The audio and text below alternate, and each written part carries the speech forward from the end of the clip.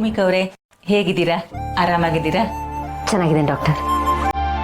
ಬನ್ನಿ, ಮೊದಲು ನಿಮಗೆ ಜನರಲ್ ಚೆಕಪ್ ಮಾಡ್ಬಿಡೋಣ. ಹಾ ಸುಧಾ,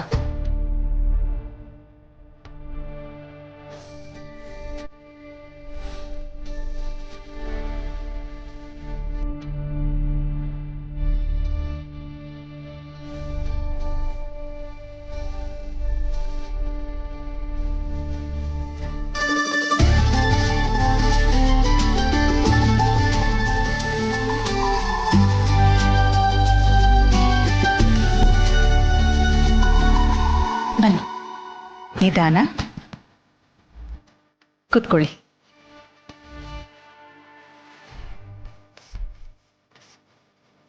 ಪೇನ್ ಏನೂ ಇಲ್ಲ ಅಲ್ವಾ?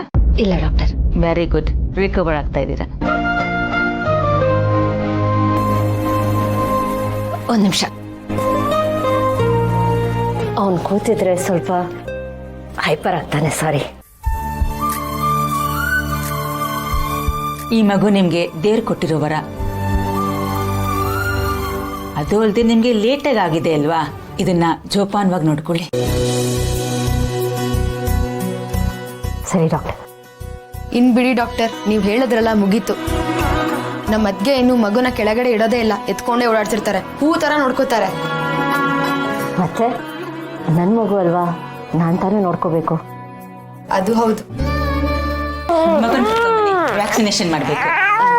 Doctor, injection ಹಾಕ್ಲೇಬೇಕಾ? ಡ್ರಾಪ್ಸ್ ಹಾಕಿದ್ರೆ ಆಗಲ್ವಾ?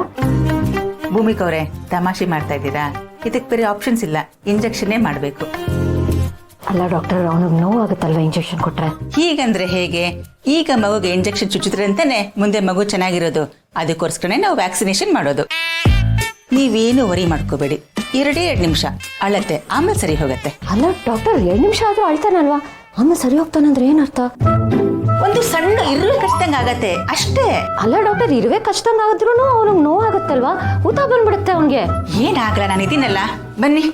ಅಯ್ಯೋ ಡಾಕ್ಟರ್, ಸೂಜಿ ಏನು ಅಷ್ಟು ಉದ್ದ ಇದೆ? ಚಿಕ್ಕದಿರೋದು ಸೂಜಿ ಕೊಡಿ ನೀವು. ಇದೇ ಚಿಕ್ಕ ಸೂಜಿ, ಇದಕ್ಕಿಂತ ಚಿಕ್ಕ ಸೂಜಿ ಎಲ್ಲಿಂದ ತರೋಣ? ಏನಾಗಲ್ಲ, ಇರುವೆ ಕಚ್ಚಿದಂಗ ಆಗತ್ತೆ ಅಷ್ಟೇ. ಇಲ್ಲ ಡಾಕ್ಟರ್, ಅವ್ನಿಗೆ ನೋವಾಗುತ್ತೆ ಡಾಕ್ಟರ್. ಭೂಮಿಕಾ ಅವರೇ, ಯಾಕೆ ಇಷ್ಟೊಂದು ಸೆನ್ಸಿಟಿವ್ ಆಗ್ತಾ ಇದ್ದೀರಾ? ಏನು ಆಗೋದಿಲ್ಲ, ನಾನು ಇದೀನಲ್ವಾ, ಪ್ಯಾನಿಕ್ ಆಗ್ಬೇಡಿ. ಅಯ್ಯೋ, ಅದ್ಗೆ ನೀವ್ಯಾಗ ಮಗು ತರ ಆಡ್ತಿದ್ದೀರಾ? ಇಂಜೆಕ್ಷನ್ ಅಲ್ವಾ, ಕೊಡ್ಸ್ಕೊಂಬಿಡಿ, ಮುಂದೆ ಅವನು ಆರೋಗ್ಯವಾಗಿರ್ತಾನೆ. ಸೋದಾ, ಸೂಜಿ ನೋಡಿ ಎಷ್ಟು ಉದ್ದ ಇದೆ ಅಂತ. ನಾವು ಇನ್ನೊಂದ್ ದಿನ ಬರೋಣ, ಬನ್ನಿ ಹೋಗೋಣ. ಅದಕ್ಕೆ ಸ್ವಲ್ಪ ಹೊತ್ತು ಅಷ್ಟೇ, ಆಮೇಲೆ ಸರಿ ಹೋಗ್ತಾನೆ, ನೋವಲ್ಲ. ಇಲ್ಲ, ಅವ್ನಿಗೆ ನೋವಾಗುತ್ತೆ. ಪ್ಲೀಸ್ ಡಾಕ್ಟರ್, ಅವ್ನಿಗೆ ನೋವಾಗುತ್ತೆ. ಭೂಮಿಕಾ ಅವರೇ, ನಿಮ್ಗೆ ಇಲ್ಲಿದ್ರೆ ಇಂಜೆಕ್ಷನ್ ಮಾಡೋಕ್ಕಾಗಲ್ಲ, ನಿಮ್ಗೆ ನೋಡೋಕ್ಕಾಗಲ್ಲ ಅಂದರೆ ನೀವು ಹೊರಗಡೆ ಹೋಗಿ, ನೀವು ಕರ್ಕೊಂಡ್ಬನ್ನಿ ಮಗು. ಕೇಳಿದ್ದೀನಿ, ಏನಾದ್ರು ಇನ್ಫಾರ್ಮೇಷನ್ ಗೊತ್ತಾದರೆ ಹೇಳು ಅಂತ ಹೇಳಿದ್ದೀನಿ. ಆ್ಯಂಡ್ ಫಾರೆಸ್ಟ್ ಆಫೀಸರ್ ಅವ್ರನ್ನೂ ಕಾಂಟ್ಯಾಕ್ಟಲ್ಲಿ ಇಟ್ಕೊಂಡಿದ್ದೀನಿ, ಏನಾದರೂ ವಿಷಯ ಗೊತ್ತಾಗ್ಬೋದೇನೋ ಅಂತ. ಬಟ್ ಟಿಲ್ ನಾವು ಏನೂ ಅಪ್ಡೇಟ್ ಇಲ್ಲ. ಎಂಥ ಕೆಲಸ ಆಗೋಯ್ತು, ಎಷ್ಟೊಳ್ಳೆ ಚಾನ್ಸ್ ಮಿಸ್ ಆಗೋಯ್ತು. ಸಾಲದು ಅಂತ ಇನ್ನೊಂದು ಮಗು ಬೇರೆ, ಅದನ್ನು ನೋಡ್ತಾ ಇದ್ರೆ ನನ್ನ ಮೈಯೆಲ್ಲ ಉರಿಯುತ್ತೆ. ನನ್ನ ಮಕ್ಕಳಿಗೆ ಮೊದಲು ಮಕ್ಕಳಾಗತ್ತೆ ಅಂತ ನಾನು ಅನ್ಕೊಂಡಿದ್ದೆ, ಆದರೆ ಗೌತಮ್ಗಾಯ್ತು. ಅವನಿಗೆ ಮದುವೆನೂ ಆಗಬಾರ್ದು, ಮಕ್ಕಳು ಆಗಬಾರ್ದು ಅಂತ ನಾನು ಅನ್ಕೊಂಡಿದ್ದೆ. ಆದರೆ ಆ ದೇವರು ಅವನನ್ನು ಮದುವೆನೂ ಮಾಡಿಸ್ದ, ಅವಳಿ ಜವಳಿ ಮಕ್ಕಳೂ ಕೊಟ್ಟ. ಮಕ್ಕಳು ಆಗಬಾರ್ದು ಅಂತ ಏನೆಲ್ಲ ಪ್ಲ್ಯಾನ್ ಮಾಡಿದ್ವಿ, ಆದರೆ ಎಲ್ಲ ಹಾಳಾಗೋಯ್ತು. ಐ ಆಮ್ ಸಾರಿ ಮಾಮ್, ನನ್ನಿಂದನೇ ಇಷ್ಟೆಲ್ಲ ಆಗಿದ್ದು. ಎಂಥ ಗೋಲ್ಡನ್ ಆಪರ್ಚುನಿಟಿ ನನ್ನ ಕೈಯೆಲ್ಲ ನಾನೇ ಹಾಳು ಮಾಡಿಕೊಂಡೆ. ಬಿಡು ಮಾಮ್, ಏನು ಮಾಡೋಕ್ಕಾಗತ್ತೆ, ಇನ್ನೊಂದು ಅವಕಾಶ ಅಂತ ಸಿಕ್ಕೇ ನಮಗೆ. ಆವಾಗ ಏನಾದರೂ ಮಾಡೋಣ. ಒಟ್ಟಿನಲ್ಲಿ ಅವನಂತೂ ನೆಮ್ಮದಿಯಾಗಿರಬಾರ್ದು ಮಾಮ್. ನಾನಂತೂ ಹೊಟ್ಟಿಗೆ ಬಿದ್ದುಬಿಟ್ಟಿದ್ದೀನಿ, ಫಿಕ್ಸ್ ಆಗಿಬಿಟ್ಟಿದ್ದೀನಿ. ನನಗೆ ಅವಮಾನ ಮಾಡಿ ಮನೆಯಿಂದ ಆಚೆ ಹಾಕ್ದ ಅಲ್ವ ಅವನು ಮಾತ್ರ ಯಾವುದೇ ಕಾರಣಕ್ಕೂ ನೆಮ್ಮದಿಯಾಗಿರಬಾರ್ದು. ಎಲ್ಲೆಲ್ಲಿ ಚಾನ್ಸ್ ಸಿಗುತ್ತೋ ಎಲ್ಲ ಕಡೆ ಕಡ್ಡಿ ಆಡಿಸ್ತಾನೆ ಇರ್ತೀನಿ, ಅವನಿಗೆ ತೊಂದರೆ ಕೊಡ್ತಾನೆ ಇರ್ತೀನಿ. ಹೌದು, ಈಗ ನಮ್ಮ ಸೆಂಟಿಮೆಂಟಲ್ ಸ್ಟಾರ್ ಹೇಗಿದ್ದಾರೆ? ಇನ್ನೂ ಸೆಂಟಿಮೆಂಟಲ್ ಆಗೇ ಇದ್ದಾನೆ. ಸ್ವಲ್ಪ ದಿನ ಅಷ್ಟೇ ಸೆಂಟಿಮೆಂಟಲ್ ಅನ್ನೋ ಪದದಲ್ಲಿ ಸೆಂಟಿ ಕಟ್ಟಾಗಿ ಮಗು ಕಳ್ಕೊಂಡಿರೋ ದುಃಖಕ್ಕೆ ಪಕ್ಕಾ ಮೆಂಟಲ್ ಆಗ್ತಾನೆ. ಆಗಲಿ, ನಮಗೂ ಅದೇ ತಾನೇ ಬೇಕಾಗಿದ್ದು. ನಾರ್ಮಲ್ ಆಗಿ ಇರೋ ಥರ ಇದ್ದಾನೆ, ಆದರೆ ಒಳಗೆ ಎಷ್ಟು ಒದ್ದಾಡ್ತಿದ್ದಾನೆ ಅಂತ ನನಗೆ ಗೊತ್ತಾಗತ್ತೆ. ಮಗುಗೆ ಹೀಗಾಯ್ತಲ್ಲ ಅನ್ನೋದು ಅವನಿಗೆ ಮುಳ್ಳು ಥರ ಚುಚ್ತಾ ಇದೆ.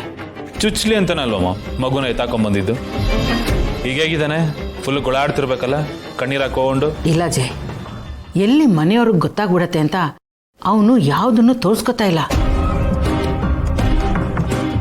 ಒಳಗೆ ನೋವು ತಿಂತಾ ಇದ್ದಾನೆ. ಮೂಕವೇದನೆ ಪಾಪ.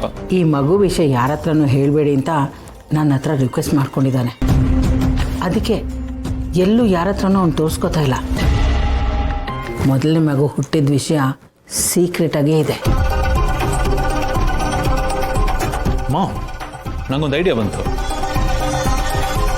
ಒಂದು ವೇಳೆ ಭೂಮಿಕಂಗೆ ಮೊದಲನೇ ಮಗು ಅಂತ ಒಂದು ಆಯ್ತು, ಆ ಮಗುಗೆ ಈ ಥರ ಎಲ್ಲ ಆಗಿದೆ ಅನ್ನೋ ವಿಚಾರ ಗೊತ್ತಾದ್ರೆ ಏನಾಗ್ಬೋದು? ಐ ಮೀನ್ ರಿಯಾಕ್ಷನ್ ಕೇಳ್ತಾ ಇದ್ದೀನಿ ನಾನು.